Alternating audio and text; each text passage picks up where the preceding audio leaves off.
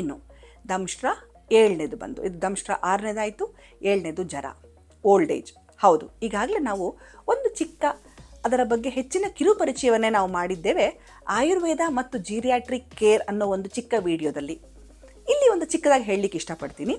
ವಯಸ್ಸಾಗ್ತಾ ಆಗ್ತಾ ವಿಶೇಷವಾಗಿ ಶಿರೋ ಅಭ್ಯಂಜನ, ತಲೆಗೆ ಅಭ್ಯಂಜನ ಮಾಡ್ತಕ್ಕಂಥದ್ದು ಅಥವಾ ವಿಶೇಷವಾಗಿ ಪಾದಗಳಿಗೆ ಅಭ್ಯಂಜನ ಮಾಡ್ತಕ್ಕಂಥದ್ದು, ತುಂಬ ಜನ ನಿದ್ದೆನೇ ಬರಲ್ಲ ಅಂತ ಹೇಳ್ತಾರೆ. ಹೌದಾ? ಹಾಗೆ ಅದಕ್ಕೆ ಅಥವಾ ಅಟ್ಲೀಸ್ಟ್ ತಿಂಗಳಿಗೊಮ್ಮೆ ಬಂದು ಅಥವಾ 2 ತಿಂಗಳಿಗೊಮ್ಮೆ ಬಂದು ಶರೀರ ಅಭ್ಯಂಜನ ಮಾಡಿದಾಗ ಈ ಜರ ಅಥವಾ ಓಲ್ಡ್ ಏಜ್ ಜೀರಿಯಾಟ್ರಿಕ್ಸ್ನ ನಾವು ಖಂಡಿತವಾಗಿಯೂ ಪೋಸ್ಟ್ಪೋನ್ ಮಾಡಬಹುದು.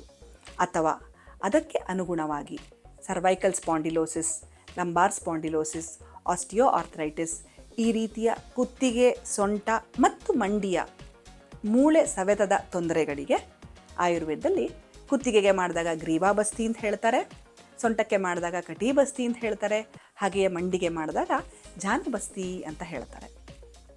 ನಮ್ಮಲ್ಲಿ ಅನೇಕ ವೃದ್ಧರಿಗೆ ಬಹಳ ರೀತಿಯಲ್ಲಿ ಅನುಕೂಲವಾಗಿದೆ. ಕೆಲವರು ಮ್ಯೂಸಿಷಿಯನ್ಸ್ ಕೂಡ, ಹಾಗೆ ಕೆಲವರು ಇತರೆ ರೀತಿಯ ಒಂದು ಓಲ್ಡ್ ಏಜ್ ಪೀಪಲ್ 90, 93, 99 ವರ್ಷದ ತನಕ ಬದುಕಿದವರು ಕೂಡ ತಮ್ಮ ದಿನನಿತ್ಯದ ಕೆಲಸಗಳನ್ನ ಮಾಡಿಕೊಂಡು ಆರಾಮಾಗಿದ್ದಾರೆ. ಈ ರೀತಿಯ ಒಂದು ಪ್ರಿವೆಂಟಿವ್ ಆಯಿಲ್ ಥೆರಪೀಸ್ ಅಥವಾ ಈ ರೀತಿಯ ಒಂದು ಚಿಕಿತ್ಸೆಯನ್ನು ಪಡ್ಕೊಂಡು ಆರಾಮಾಗಿರೋರು ಕೂಡ ಇದ್ದಾರೆ. 80 ವರ್ಷದವರು ಕೂಡ ನನ್ನ ಅಮ್ಮನೇ ಅಂತಲೇ ಹೇಳಿದ್ರೆ ತಪ್ಪಾಗಲಾರ್ದು ಮಿತ್ರರೇ. ಕೆಳಗಡೆ ಕೂತ್ಕೊಂಡು ಇವತ್ತಿಗೂ ಕೂಡ 80 ಇಯರ್ಸ್ ಓಲ್ಡ್ ಲೇಡಿ ಕೂತ್ಕೊಂಡು ವೀಣೆ ನುಡಿಸ್ತಾರೆ, ರಂಗೋಲಿಯನ್ನು ಬಿಡ್ತಾರೆ.